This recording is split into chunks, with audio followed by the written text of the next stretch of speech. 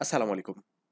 জানুবিডির আজকের ক্লাসে আমরা জাতীয় বিশ্ববিদ্যালয়ের অনার্স প্রথম বর্ষের বাংলা বিভাগের নমুনা প্রশ্নপত্র নিয়ে আলোচনা করব।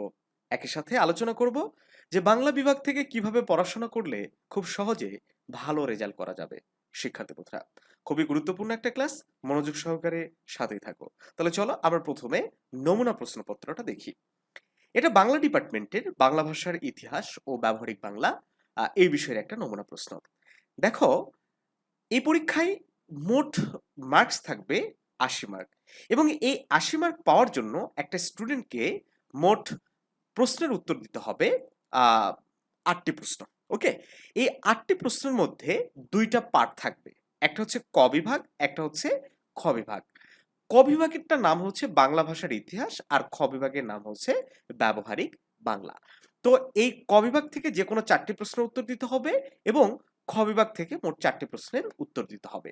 এই ক এবং খ বিভাগ ২ টা বিভাগ মিলে মোট প্রশ্ন থাকবে ১২ টি। ওকে? একটু মনোযোগ দাও। মনোযোগ দিলে খুব সহজে তোমরা বুঝতে পারবে শিক্ষার্থী বন্ধুরা।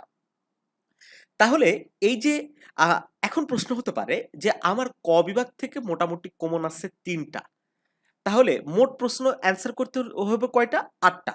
তাহলে বাকি ৫ টা প্রশ্ন যদি আমি খ বিভাগ থেকে লিখি তাহলে হবে? না, কোনোভাবেই হবে না। ক বিভাগ থেকে আলাদা করে ৪ টি প্রশ্নের উত্তরই দিতে হবে, আবার খ বিভাগ থেকে আলাদা করে ৪ টি প্রশ্নের উত্তরই দিতে হবে। এখানে এই ২ বিভাগ মিলে ৮ টা প্রশ্ন করার কোনো উপায় নাই। এখন প্রশ্নের প্যাটার্ন কিরকম? দেখো, প্রশ্ন একটা প্রশ্নই হতে পারে। একটা প্রশ্ন লিখেই তুমি ১০ মার্ক পেতে পারো। অথবা একটা প্রশ্নের মধ্যে ২ টা পার্ট থাকতে পারে। ক পার্ট, খ পার্ট। এখন ক পার্টে কত মার্কস থাকবে, খ পার্টে কত মার্কস থাকবে এইটা আসলে সুনির্দিষ্ট কোনো বিষয় না। যদিও এখানে ২ এবং ৮ করে দেওয়া হয়েছে, কিন্তু এটাই চূড়ান্ত কোনো কথা নয়। ক বিভাগে ৮ মার্কস থাকতে পারে, সরি ক নাম্বারে ৮ মার্কস থাকতে পারে, আবার খ নাম্বারে ২ মার্কসও থাকতে পারে। এখন এইটা ডিপেন্ড করবে ওই প্রশ্নে আসলে কতটুকু তথ্য চেয়েছে। প্রশ্নের মার্কসটা কিসের উপর ডিপেন্ড করবে?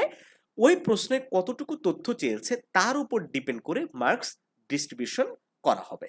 আবার একই প্রশ্নে ৩ টা পার্টও কিন্তু থাকতে পারে। এটা এই সাবজেক্টে তুলে ধরিনি, কিন্তু অন্যান্য সাবজেক্টে আমরা লক্ষ্য করেছি যে ক নাম্বার, খ নাম্বার, গ নাম্বার। মানে এই ৩ টা প্রশ্ন ভাবেও কিন্তু থাকতে পারে। তার মানে সর্বোচ্চ ৩ টা, সর্বনিম্ন ১ টা, এইভাবে এই প্যাটার্নে কিন্তু প্রশ্ন হতে পারে। এখন প্রশ্ন হতে পারে যে বাজারে যে প্রচলিত বইগুলো আছে বা তোমাদের কাছে যে বইগুলো আছে সেগুলোতে সবগুলোতে মোটামুটি সিঙ্গেল কোয়েশ্চেন। তাহলে কি এই বইগুলো চলবে না? নতুন বই আমাদের নিতে হবে? না, নতুন বই নেওয়ার কোনো প্রয়োজন নাই। নতুন সাজেশন নেওয়ার কোনো প্রয়োজন নাই। দেখো, এই সাজেশন বা বইগুলোতে তোমার কাছে যেগুলাতে আছে পুরো প্রশ্ন, অনেকগুলা প্রশ্ন মিলে একটা প্রশ্নই করে দেওয়া হয়েছে। কিন্তু এই যে দেখো, বাংলাদেশের উচ্চশিক্ষা ও কর্মসংস্থান বিষয়ে একটি প্রতিবেদন রচনা করো। আ জাতীয় বিশ্ববিদ্যালয়ের টিচাররা চাইলে এই প্রশ্নটাকে কিন্তু ২-৩ টা পার্টে ভাগ করতে পারত। তার মানে কি? তুমি যে বইয়ে একটা প্রশ্ন পড়তেছো ওইটা বুঝে পড়ো। ওই প্রশ্নটার মধ্যে ২-৩ টা পার্ট করে কোয়েশ্চেন হইতে পারে। ওকে? কনসেপ্ট ক্লিয়ার করতে হবে, বুঝে পড়তে হবে, এইটাই হচ্ছে এই সিলেবাসের মূল কথা। না বুঝে পড়বা, তাহলে আসলে তোমার জন্যই বিপদ হয়ে দাঁড়াবে। এখন কথা হইতেছে, সৃজনশীল টাইপের কি প্রশ্ন হতে পারে? না।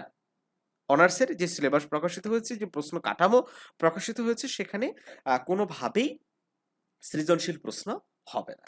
তো যাই হোক শিক্ষার্থী বন্ধুরা, নমুনা তোমরা প্রশ্ন দেখতে পারলে। সবগুলো ডিপার্টমেন্টেরই নমুনা প্রশ্ন প্রকাশ হয়েছে।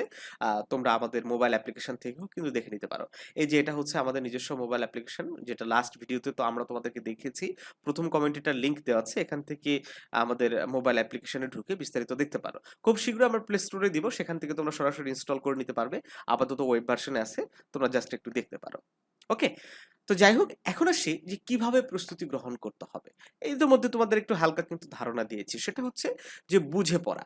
যেটাই পড়ো, বই পড়ো, সাজেশন পড়ো, গাইড পড়ো, যেটাই পড়ো তোমাকে বুঝে পড়তে হবে। যদি না বুঝে পড়ো, জাস্ট মুখস্থ করো, তাইলে কিন্তু বিপদে তোমাকে অবশ্যই পড়তে হবে। এখন তোমরা অনেকেই প্রশ্ন করতে পারো, ভাইয়া আ আমরা এই শেষ সময়ে বই পড়বো নাকি সাজেশন পড়বো নাকি গাইড পড়বো?